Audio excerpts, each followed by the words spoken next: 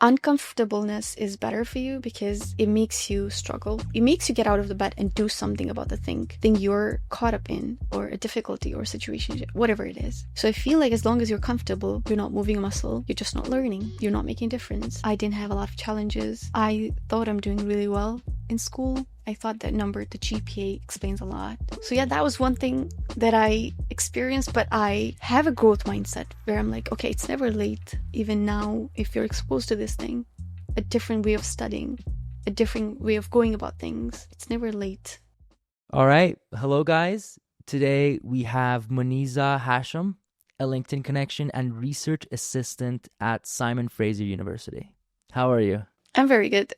Yeah, I'm good. Thanks for having me. Amazing. Nice to be here. Commuted for a decent amount, and we talked for like an hour before this episode. So we got to know each other. The first question that I have for you is, your journey spans from Aga Khan School in Pakistan to UCA in Kyrgyzstan, and now to SFU in Canada. How have these cross-cultural academic experiences shaped your approach to learning and innovation? It started back in Pakistan when I was around 12 when I went to Aga Khan Higher Secondary School. So I come from the very northern part of Pakistan, and Aga Khan Higher Secondary Schools are quite prestigious in those areas. They are made by 𝐘𝐸, if you know a little about 𝐘𝐸 organization and development network. So it's a huge network that is led by Aga Khan. So I happened to be lucky enough to get selected for this academy where we would have dorms. We would live there. I've been to schools where it will be girls only since I was like 5 years old, I would say. So that was one thing that I experienced when I moved to Central Asia. We would of course live in dormitory, and it was it was like girls, boys together. Even the dormitories were mixed. So that was one culture shock that I had. Well, going back to Aga Khan High Secondary School. So I went to Aga Khan High Secondary School when I was very young, and I studied school for 3 years, 8th, 9th, and 10th. And then we start college, which is 2 years. And then we get the option, either we go with mathematics or we choose biology to become a doctor. So I've grew up with this mentality, or this sort of society where people are like, either you become a doctor or you are engineer. My dad tends to be a doctor. He's a dentist, and he always thought everybody would go towards biology. But I didn't like biology. Growing up, I loved math, and I guess I got it from my mom. She's really good with numbers.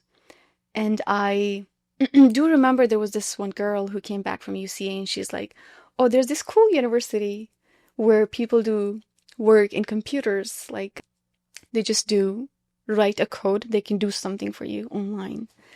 And I was a little interested, and she mentioned one thing, that if you're good with math, this is something you should really consider pursuing. So I talked to this girl, and I applied for this university, and I got in, and I had a very intense test as well. And I passed the test. I passed the interview, and they gave me a good scholarship. So I ended up going to University of Central Asia. So I would say, like, the first thing that I faced was switching to a university where everybody's treated equally, or you live with guys like day-to-day basis, and even the common areas like laundry or something like that we would share with boys. That was a little challenging, I would say, switching culture. And then being far from home was not very hard, because UCA was a very small university.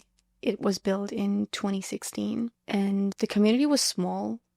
We would really interact with teachers, like they would live in the same buildings as us. So that was where I realized that I realized how much of the things that I'm missing on in terms of self-development or different skills that I wanted to build. That was where I would say UCA was where my life really changed, or I started building things that I really wanted to have in myself. I was not a very confident person, I remember, when I went to UCA. The first time when I got the acceptance letter, I was like, oh my God, I'm going abroad and I don't know how to speak English. I knew English a little because in Pakistan we have English medium schools, right? We go to schools, but even in the English class, your teacher would speak Urdu. That was something that I experienced during my childhood. So speaking was not my thing. And then when I went to UC, I was like, no, I have to speak well if I need to be confident. So yeah, people tell us a lot about being confident, right? You need to be confident, but nobody tells you you need to work to be confident, or you need to put in the efforts. People, like, in my society, being confident is just talking, but you need to learn to talk, or you need to know a language to be better at talking in that language, right? To make an impact. So I do remember I started learning English. Friends was the show that I watched, and it helped me a lot. And it was a good part of my life. I did my thesis, and my thesis was a little about machine learning. I took some certain courses. Computer science was hard. The beginning was hard because I switched. I got my first phone when I was 17. I was traveling to UCA. I got my first phone. So I was not aware of using a laptop. I didn't know how to use laptop or stuff like that. So when I went to University of Central Asia, I got my own laptop. That was the first time I was having a laptop. So it was a journey, I would say. And then really figuring out, do I really want to do this? So there were times when I felt like, no, computer science is not for me. I need to switch gears, or I need to go towards media, because I want to say I'm more into media, but I like content creation a lot. I like being in nature, making videos, talking to people. And then there were times, where I would feel like maybe I'm just doing something where I don't fit. But I do remember this person whom I met in UCA.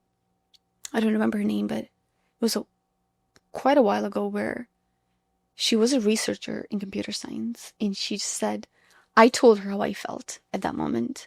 And she was like, just stick around. You'll be fine. And I guess I've been doing that since then. Otherwise, I might have given up, and I might have done something else, or might have tried doing something else. So I'm just sticking around.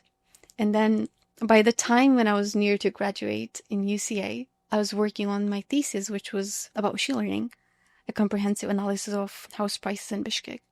So in UCA, we had to do a thesis which was very much related to what is going on there, or the niche of your thesis should be related to Central Asian countries. So mine was a bit related to Bishkek, the capital city of Kyrgyzstan, and I built this model which can predict the house prices. And that comes from my experience of struggling with finding housing when we would be on summer breaks or winter breaks. So yeah, I did the project, I was successful, and it was great, a good journey. And then the anxiety or the imposter syndrome right before you graduate started, which was a year before graduating, where I was like, okay, what next for me? What I want to do. That was again when I started figuring out what I really want to do. I approached people. I'm like, what do you guys think? Should I go to industry and experience a little industrial life, or I should pursue a master's? And I would say people gave me different opinions, but I was not ready to go into industry right away. I was like, I need different skill sets. I need to figure out more deeply what I really want to do. And then I applied for Simon Fraser University, and oh my God, it was a very tough part, I would say. Just finding the supervisor, emailing tens of supervisors, and then filling the application. And then I got reply from SFU really late. By the time I was almost defending myself, that was when I got the reply, and I was like, okay, worked out. Because I do remember I had a deadline to accept an offer later from an American university, University of Maryland, for data science. And data science was something that I wanted to do. I like data. And my thesis was a lot about analyzing data, and I had a little experience. But I liked Canada more. So I was like, let me be patient, have faith, wait a little more. And I didn't accept the offer, because for accepting the offer, I had to pay a certain amount of money. So I just waited. I had faith, and I got accepted to Simon Fraser University. And yeah, I had to go back to my country. Oh, I went back to my country after 4 years, actually. I was in Central Asia for 4 years. And that comes with, again, a lot of experience and a lot of reasons why I didn't want to go back to my country. So yeah, and then I went back to my country after 4 years, and I applied for my visa, got my visa, traveled to Canada on my own, and I came to Canada as a complete stranger who knows no one, who knows nothing. So it's been a journey. Since last September, I'm here, and I'm happy, grateful. Journey of life. Yeah. The question that arises is, what are the main sort of differences that were evident to you right away when you moved here, in contrast from Canada to Central Asia? And you can say people or sort of culture or maybe education per se. Education. I'm more into academics a lot. I love studying. I love doing well in academics. And when I don't do well, I'm very stressed. So UC was not very hard in terms of academics. I was doing really well. My CGPA was very good. My teachers never told me that I need to work a little more or I should do better, or the feedback that I got was, you're doing amazing, just keep going. So I would say that thing made me leave some gaps in my education. I feel like I could have done a little more in my undergrad. And then when I came to Canada, SFU, master's is intense. I guess this is expected as well. It's a 2 years program and you get to do too much. 5 courses, they're hard. And then a thesis, you really write a research paper. So I'm in this dilemma of choosing what research I want to do, what topic that I want to choose. So I would say the level of complexity or hard, like how the syllabus is made, is totally different than what I experienced in UCA. Here it's more intense. And the fact that undergraduate students take like courses with us, like master's level courses. So I think, like, for example, I took machine learning last year and I was thinking about the way it was designed. It was a lot more towards research people. It was not very much like practical, making a model, training. It was not like that. It was a lot more into research, the mathematical background behind machine learning. So I would say the undergraduate students did struggle a lot with that part. And I was like, if I had a chance where I would be, I would be struggling that much the way these people are struggling in my undergrad, I would be totally a different person in terms of how much knowledge I would have. Or, I had this belief that uncomfortableness is better for you because it makes you struggle. It makes you get out of the bed and do something about the thing you're caught up in, or a difficulty or a situation, whatever it is. So I feel like as long as you're comfortable, you're not moving a muscle, you're just not learning, you're not making a difference. So I would say in my undergrad, I was very comfortable. I didn't have a lot of challenges. I thought I'm doing really well in school. I thought that number, the GPA, explains a lot. But I would say I was mistaken. I was like, I was just in this bubble and I was not thinking out of that bubble. So yeah, that was one thing that I experienced, but I have a growth mindset where I'm like, okay, it's never late. Even now, if you're exposed to this thing, a different way of studying, a different way of going about things, it's never late, So I would say, yeah, that was challenging for me. Initially taking the courses, for example, design analysis of algorithms. I liked the course back in my university undergrad. And I kind of thought I know a lot about it. But when I took the course, I was like, oh my God, this is a huge different thing. And I'm like, I'm stuck. I don't know how to study. So the first 2-3 months were just figuring out how to study. Just figuring out how to go to the TA, teacher assistant, and just ask the right questions. And besides that, again, about academics, the one thing I felt was back in my university, it was easier to approach teachers. It was easier to go to them anytime if you have questions. But here it was like, you don't know where your teacher lives. If you want to know, go to the website, search their room, but you need to let them know, book a time slot in their calendar. If they approve only then you can go meet them. But they might not respond to your email. So that was one challenge that I faced. So technically, I'm trying to work a little in terms of my thesis. I want to involve machine learning a lot more into it because my supervisor is interested in something that is a little mystery for me because I haven't had a lot of exposure to that field. So I want to nudge towards machine learning more when I do work on my thesis. So there's the supervisor, and I've been sending him emails since like the summer breaks, and I haven't received any email. Unless yesterday when I met him in this seminar, in SFU, we do AI talks. So in that seminar, I saw him. I'm like, oh, hi, how are you doing? I'm your student. You probably remember me. And he remembered me. And I'm like, okay, I've been emailing you for a while and you didn't respond to me. I probably think you're very busy, but I really want to talk to you about my thesis. And only then I just sat down with him and I blocked a time on his calendar with him. Only then I got a chance that I would meet him tomorrow, Monday, 3 p.m. So I would say that was challenging, like really getting someone to respond to your email. Although you're you're their student and you live in the same campus, but still probably they tend to be more busy. They have a lot of students. It's a big university. Besides that, I come from a very small university. We had like up to 300 students. So, and everybody knew everybody. You would know everyone's name. And it was good. It was like a small university. Everybody knows everybody. Comfortable, you know.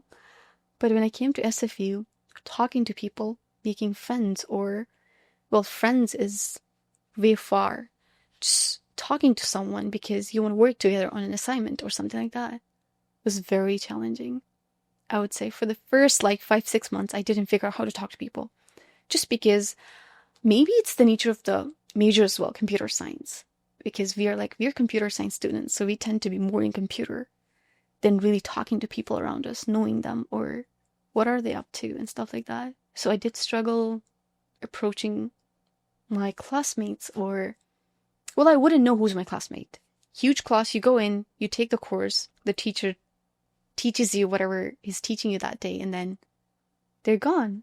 Like, this university is huge, where, like, you can't bump into the same person, I don't know, twice in a day or something, I would say. So that was challenging. And then living on my own, I would say I felt more responsible this time when I left home. I do remember when I left home back in 2019, when I was 17, I was going to UCA. I was like, I didn't feel the level of responsibility for my life. And when I left to Canada, I was like, oh my God, this is it. Like, this is your life. Your choices are going to make you who you are, who you want to be.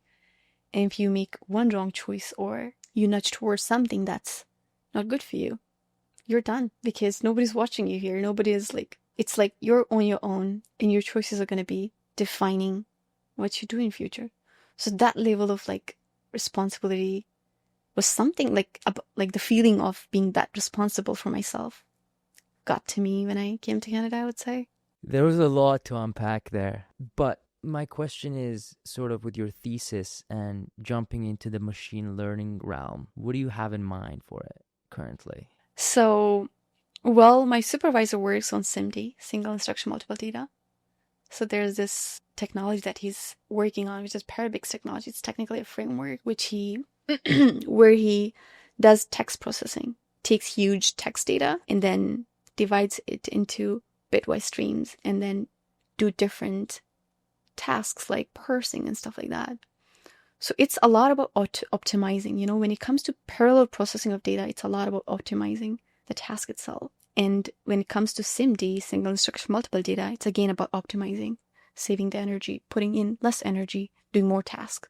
A lot of data, like sum is an operation, right? An instruction, sum is an instruction. So you take huge streams of data, you do a lot of sum operations, and you're taking just one operation, which is sum. So that's how you save the energy. Instead of doing one operation at a time, summing 1 and 2, and then again summing 1 and 2, like the other like streams of data separately, you just do in parallel, which saves a lot of energy. So it nudges towards optimizing tasks. And I was not very exposed to this thing a lot in my undergrad, or something that I thought about a lot, or something that I learned a lot, I would say.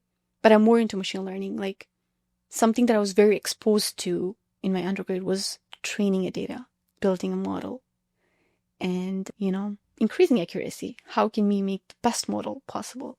So I do remember there was this machine learning bootcamp back in my university in 2023, I guess. So that was where I got the idea for my thesis that I worked on later in my thesis. So we were given like a data set. It was 10,000 observations, and they're like, okay, do whatever you want with this data. And I just built a model, a simple model. And before modeling something, there comes data cleaning, pre-processing everything. So I did manual pre-processing a lot, which kind of improved my results compared to all the other groups. And my model happened to be the one which performed really well. I got the award for best model as well. So that was like where I was like, maybe this is my thing. Maybe I performed well here among 20 groups. There were 20 groups, and I was working with this one friend of mine. And I was like, maybe this is my thing. And then that sort of work was something that I was very exposed to, because of which I ended up doing this thesis by the end, where I built a model which could predict the house price in Bishkek. So now, like, the case is different. Like, I don't think I can do that kind of thesis. So I need to, well, when it comes to thesis, when it comes to research, it's a lot about, like, it's not about building something new. It's not about really discovering something. It's about, like, taking the work that people have done and adding up to it. Or, for example, if I'm reading a research paper and I find a gap, like, okay, this person could have tried a different way or something else, I would try to fill that gap. That could be my research, that could be my thesis. So I would say what I want to do. That's a good question. What I want to do for my thesis, for my research. I'm still discovering different topics. As I mentioned, I'm going to talk to my machine learning professor very soon, just because I would say I want to bring machine learning into my research, just because I want to pursue this as a career. I don't want to just stick to SIMD, single instruction multiple data, or the research that my supervisor is interested in. And I happen to be very lucky in this case, because usually when you have a supervisor, they tend you to stick to what they're doing, which is difficult sometimes.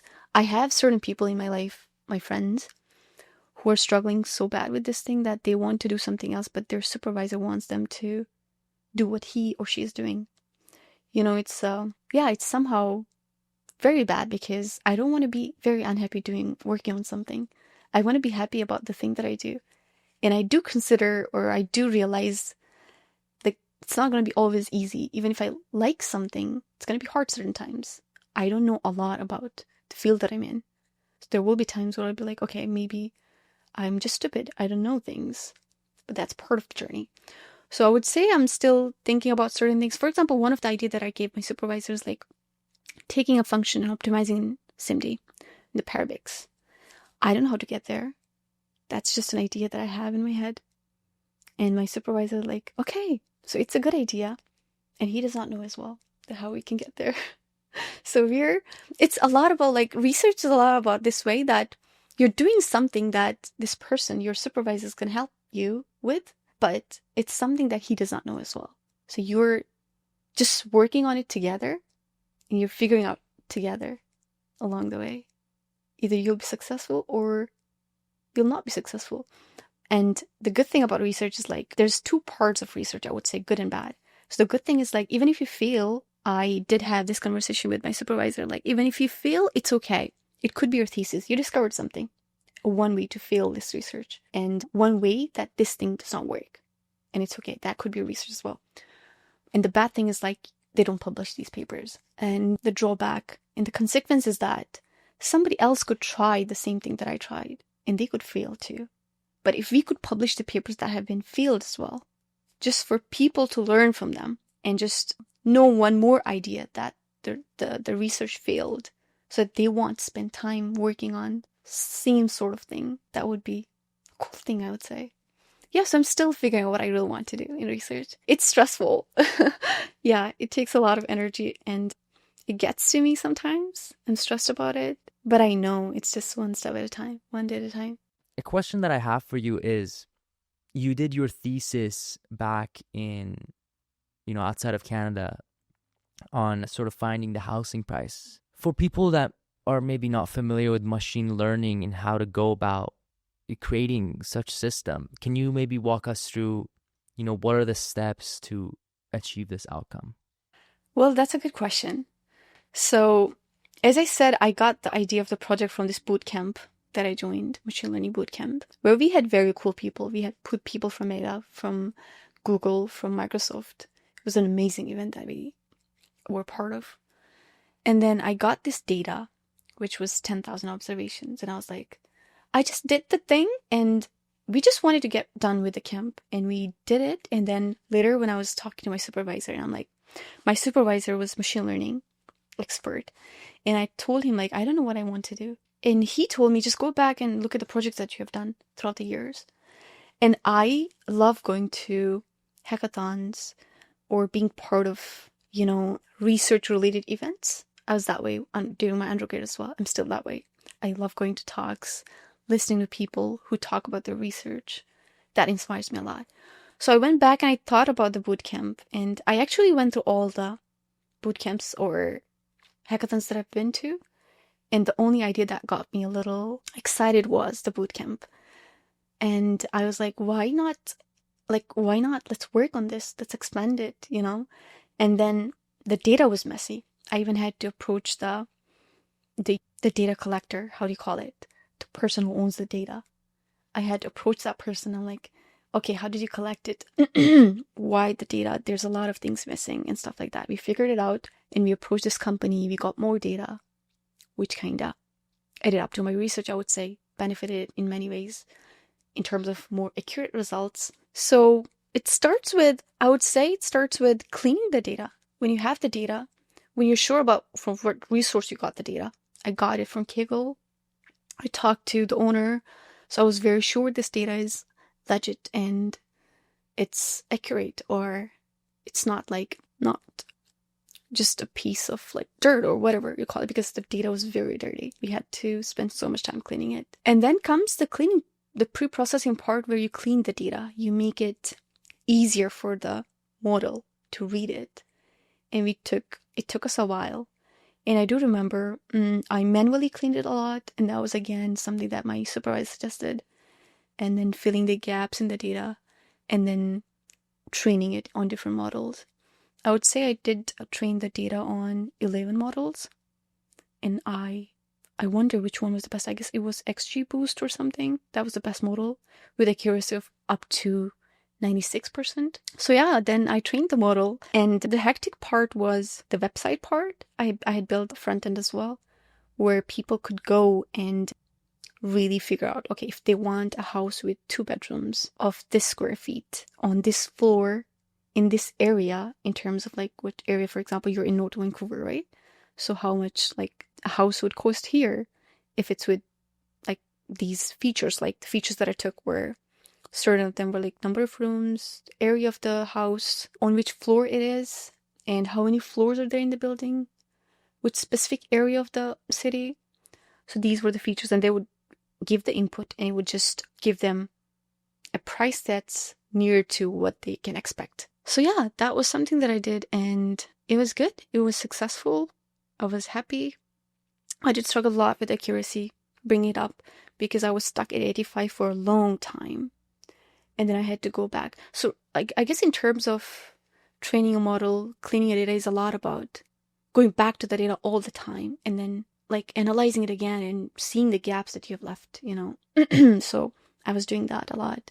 I had to pre-process the data many times to make it very understandable for the model to predict better prices. So yeah, that motivation was that was a good part of my life, I would say, where I was very motivated to work on this thing. And it again came from my experience where I struggled. As an international student, I've been living in rented places. You rent a place wherever you go. So every time you would be in summer or winter breaks, we would go find a place to rent. And as an international student, even if you're not, whatever, as an international person, people think you're rich. So when you see someone who's not local, who's not coming from the same country that you are in, people just assume you're rich. So they try to just get the money, get the money from you. And I would say that happened a lot to us as a student. Of course, I've been independent since 2019. I work, I pay my bills. So I was like, okay, we need to figure this thing out. This is stressing me a lot. And there were certain series of events that happened in Kyrgyzstan because of which we struggled a lot in terms of finding places, paying people a lot more, sometimes twice, to rent the same place that the local people would rent for way cheaper. So those were the things that I faced, and that gave me a lot of motivation to work on the research, I would say. I would say research is intense and it's hectic. So I would say that was a small part of my life where I experienced research, but I think that does not explain the big picture, or I think research is more than that. It's a lot about feeling more. So I think research is going to be I interact with a lot of PhD students at SFU, and they tell me they are stuck at certain points in their research for months, for 2-3 months, they're unable to figure out what they can do. So I did talk to this PhD student from UBC who told me a little about his story about what he faced doing PhD. And then he would tell me there would be days when I would bang my head against the wall because I just don't know what else to do. I just don't know what else to do. So I would say research is very intense and it's not for everybody. When it comes to PhD, master's is easy, I would say. You just produce either one paper or just do a thesis and just find your way out of it. But PhD is like a lot about commitment, dedication, and motivation. Well, I'm more of a person who believes more on doing the work and finding motivation. But after coming to Canada, talking to people who are doing PhD, they're like, if you don't have motivation, don't start it. You're not gonna make it to the to the ending. You'll just give up or you'll just hate your life. So yeah, research is cool, but at the same time, it's hard. For the people, like the dirty data that you explain, it like sort of comes down to if there's missing values, and sort of data has like many dimensions. So sort of like, when you're looking at it in MATLAB or whatever, I just wanted to clear that up. Like people are like, data's dirty. So that's how it goes. But a question that I have is, what does it take to get to the doctorate level, like research? Why is it different from masters, and what does it go into it that makes it unique? So this is something that I'm discovering myself as well these days. But I have a little information about, like a little knowledge about what PhD is or what master's is. Obviously, master's is a 2 years program, mostly. But I guess in UK it's 1 year. And here as well, like there's a accelerate master's program where you can just not complete your master's and go to PhD, that sort of thing. Or accelerate master's where you are in third year of your undergrad, but you can just not do the fourth year and you can go to master's, but you need to, you need to take some courses there for master's. So yeah, I would say like master's is of course 5 years, intense, and mostly people don't finish it in 5 years. That's just because it's a lot about like being patient and doing the research. And I would say like even back then when I was working on this project for my thesis, it was obvious, it was simple. When I look back, I'm like, oh my God, I didn't do anything new. Like anyone could do that. Anyone who's a little aware about how models work, how to make a model, train a model, and predict, they can easily do it. But back then I feel like the process was intense, it was hard. And now comes the research where it's like you add up to some paper, or like there's this part in research papers where like, I don't know how to call that, like the future work or forward or something like that. At the end of research papers where they're like what they're planning to do next about this research. So that's where usually people find ideas and they're like, okay, so this research is done. I have the research, I have the background, the knowledge, and this is the future work that these people think, the researchers think that anybody can work on, or it will be themselves as well working on these things. So you get the idea from there. And that's something new that nobody has done before. So it's a lot about you doing something that nobody has done and you could fail. And the probability of failing in master PhD thesis is like a lot. It's like, I don't know, I feel like up to 60-70%. Because you're doing something that nobody has done and it's scary. You could fail the PhD. You could not succeed. And the society that we live in, as I said before, which is like the papers that are failure, they don't publish them. So your work of, I don't know how long you've worked on this research, it could be for nothing. Like, it's just gone for nothing, So I would say there are 2 ways to go about like career when it comes to this PhD and master's.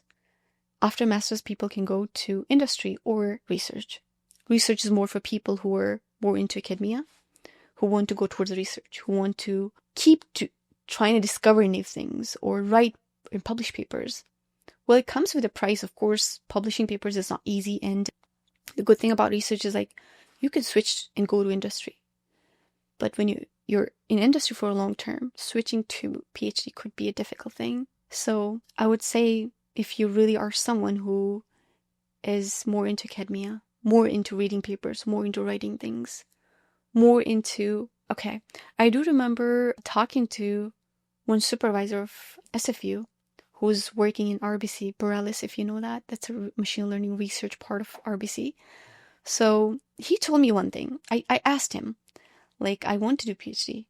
I am into it. And I feel like, okay, he told me, what is your motivation to do a PhD? And I'm like, I'm kind of person who loves studying.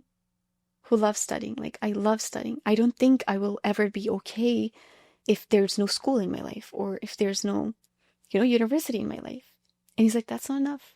That's really not enough to do a PhD. For PhD, you need to fall in love with what you're doing. And he told me, like, if you don't fall in love with what you're doing, you're gonna fail it like 90% of the time. There's so less number of people who really passed PhD, just not even when they didn't love it, they didn't fall in love with it, they still passed. Either they were very smart or they were lucky. So in order to do a PhD completed, you really need to fall in love with it. Otherwise, doing something that you don't like for 5 years is torturing yourself. It's like 5 years of your life is gone working on something that you don't want to pursue forever, that you don't want to do forever. And it's so vague, Besides that, if you're into academia, if you're more into teaching, PhD could really be beneficial, I would say.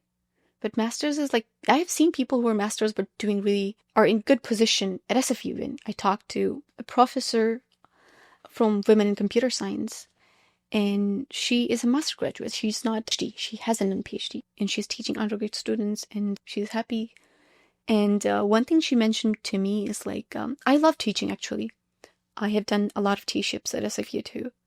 I love the process of connecting with students, trying to help them in whatever way I can. And then I feel like there's a huge benefit for the people who are teaching, because, the people, when you're not asked questions, like, you don't struggle or you don't think. So the part where student would come to me and ask questions made me feel like that's something that makes me not comfortable. And that something makes me go back and study things just to be able to answer the questions. So I like that process. And then I was like, oh, I want to be a teacher. And then she's like, you don't have to do a PhD. You could just do a master's. And if you're very good with what you're doing, you're good enough to go and start teaching. People will see your skills. If you're good enough, they will see it. They'll acknowledge it, and you'll get there. But I would say in today's world, I guess PhD is more important. Like, in terms of going to academia, even if you want to be a professor, PhD is something that would really make you stand out loud. Yeah. You mentioned off camera that you love reading books. Could you tell me the top 5 most influential books that you've read in your life? Top 5, that's unfair. Let's not do top 5. Let's be like the good books that I remember, because every time I'm reading a book, it becomes my favorite. It's something that I want to read again. And I've been very confused about choosing the book that I love the most, or my favorite, I would say. So every time I'm reading a book, I'm like, okay, this is my favorite. I forget all the books that I've read. I'm like, I love this book. So the last book that I read was, I guess I mentioned it to you as well, How to Win Friends and Influence People by Dale Carnegie. I would say this book is super simple. Very simple. It includes the things that we do every day, like every day.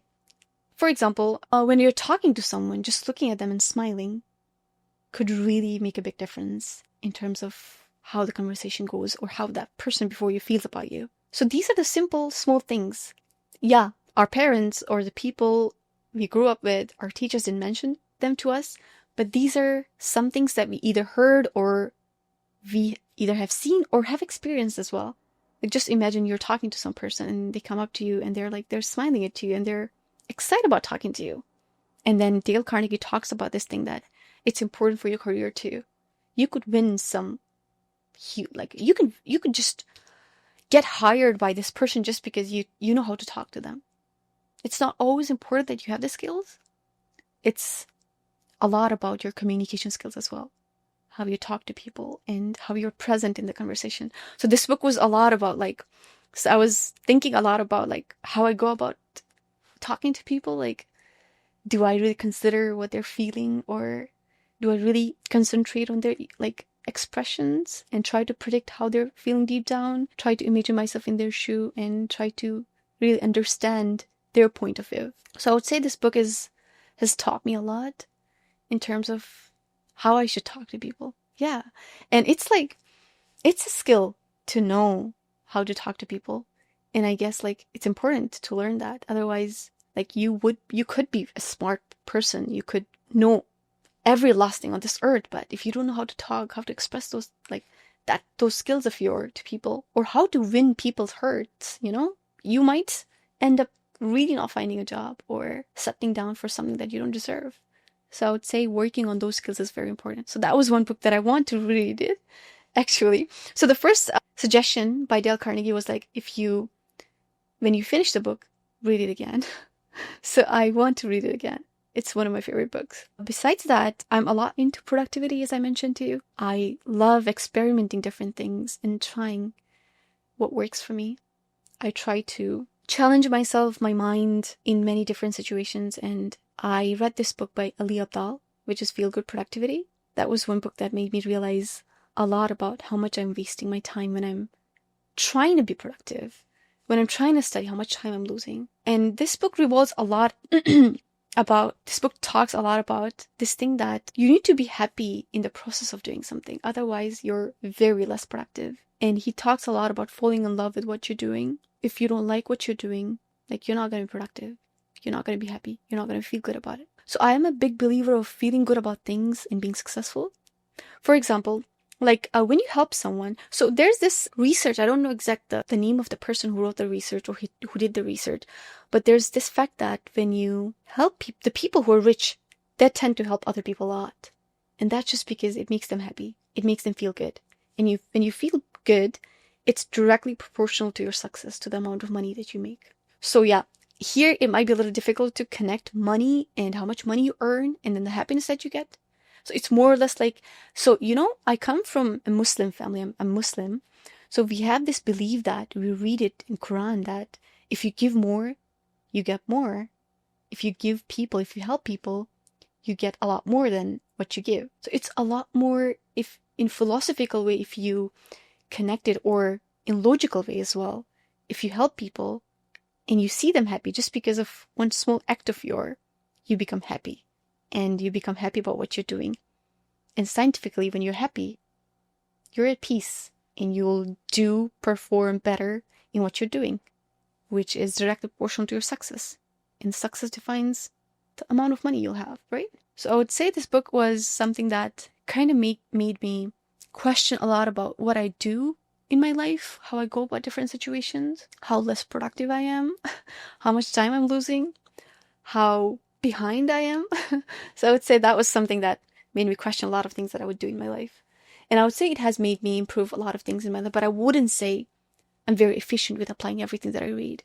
Yeah, a lot of things that I'm even saying here, sitting here with you, come from books. I won't say this wisdom, a little wisdom that I have. It's something that is inside me. No, I've learned it from books. So yeah, that was two books that I really remember, which have impacted my life a lot, I would say. Yeah. I've read a lot, but I won't say I do remember everything, even the names. So I have Threads, right? Instagram Threads. So last year I wanted to read up to 50 books, but I couldn't do it. I ended up reading 24, I guess. And this year I want to read up to 50. And I don't know what number is it, but I'm doing it on my Threads, which is where I post, whenever I finish a book, I post about the book, I post a picture of the book, and then I do a little summary. I'm like, this is what I learned about the book. So there was a point where I realized that I'm reading a lot of books, but mostly I'm either forgetting what I learned or I'm just not making the best use of what I've read. So then I was like, let me just do something where I share something with a small community that I have on Instagram, and then it's gonna kind of keep track of what I read. So that's something I'm doing on Threads. If I would pull my Threads and see, I could tell you every book that I've read and what I've learned. But in terms of my favorite books, these are the two from this year that I remember.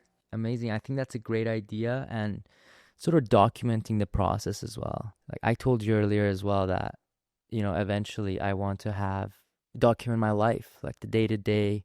Maybe there's business meetings, like a camera, I don't know, capturing my life. And I think that's footage. And sort of like with the posts that you're doing, those are sort of content that you'll have for the rest of your life. Maybe you're 60, 70, you're like, hey, I wonder which books I read in 2025. And so you can pull that. That's amazing. So I guess I see this thing exactly a little like the way you see it when you're very old and you just pull back this thing and you're like, okay, this is what I've learned.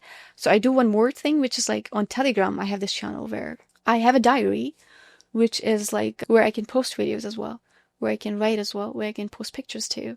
So it's a lot more like a diary where there's videos, where there's pictures, where there's written things. So when I look back, I'm like, oh my God, I've come so far. And you know, we as a human, we tend to forget how far we've come. We tend to always compare ourselves to the people around us, but actually we should be comparing ourselves to what we were a year ago or two. So that thing really helped me in terms of when I hit the bottom, when I'm not feeling myself, when I feel behind. I just go back to my diary and I'm like, just look at how far you've come. Look at what you were 2 years ago. And like you've traveled oceans just to do better in your career. You're pursuing something that you love. So yeah, it helps a lot, I would say. It's something, it's a way to be grateful for, like what you have in life too, right? %. In Telegram, you mean like the saved messages thing? Oh, it's like, I have a channel, saved messages, like it does save content a lot. I guess it's an efficient way in terms of like, if you send pictures to someone on Telegram, the quality remains like a little better compared to WhatsApp or some other platform, I would say. But on Telegram, they have a lot of like different features. So I technically, what I did is like, I just created the channel. And it's a channel that I call my diary. And I write in it. And I post pictures, I post videos. And that's like, I'm the owner, I'm the only person who's in the channel. Sometimes I have like the feeling of, you know, privacy. Which is like, I guess Telegram is owned by a Russian person. So I was like, it like, I wouldn't think a lot about it until one day when a friend of mine is like, oh, there's a data breach in Telegram. And I'm like, oh my God, I have my life there. What do I do? So there's a lot of like this thing that concerns me a little. I feel like I'm putting out a lot of data in terms of social media or places like that. You know, you click on something, that's a data that you're sending out to, for example, if I'm using Facebook, I'm sending data to Meta. And then YouTube, if I click a like or say whatever it is, I'm sending a data. So the algorithm is going to be trained on the data. And then I take my mind, come back with the same sort of content and get me hooked on to the platform, to YouTube, Instagram. But I would say I try to minimize that a lot, but going back to Telegram, yeah, there's a part of me which is a little concerned about this thing that, like, anything could happen. But I would say mostly I try to just see the positive part. Like, it's doing some positive, it's bringing a positive change in my life. So I just keep doing it. Yeah, that makes sense. What challenges you? Oh, what challenges me? Okay, what challenges me? I wouldn't say it's like a lot of external thing that challenge me a lot. A lot of things that I face, well, I face inside myself or I come across. For example, certain times I would react to certain things in a way that I'm not aware about. Like I would question, like, why would I react that way? So I would say I struggle less with people outside myself, more with myself, like the things that I feel inside myself, or like the level of like the dreams that I have or what I want to achieve. I compared a lot with where I am or how much I'm putting in the efforts into those dreams. That kind of makes me feel like usually I never am satisfied with what I do, with the amount of work I do, with the amount of success I achieve. And then I tend to, like, people do tell me, oh my God, you're doing so much, but I don't see it. I'm like, oh, I could do a little more or I could do better. So what challenges me, the thing, the feeling or the desire to do better, to become better every day is something that I take as a challenge. I'm like, okay, I should be a little more smarter or better than what I was yesterday. And if I'm not, that brings me down. I'm like, there's no difference. You just wasted a day. So yeah, that's something that I would say challenges me. And then, like, I guess like humans are very complicated. I feel like I'm very complicated. And when it comes to the part where you feel like no people around you don't understand you, I just remind myself, how much do you understand yourself? I question that a lot. I ask the question like every now and then. I'm like, And I wouldn't say I get satisfied or I feel happy with the answer. No. There's always space to learn more about yourself. And then I feel like even if you try forever, for this whole lifetime that we're given, even then I wonder if somebody would really know themselves in a complete way where they're like, I know exactly how I feel. I know exactly what I want. You know? That challenges me. Yeah.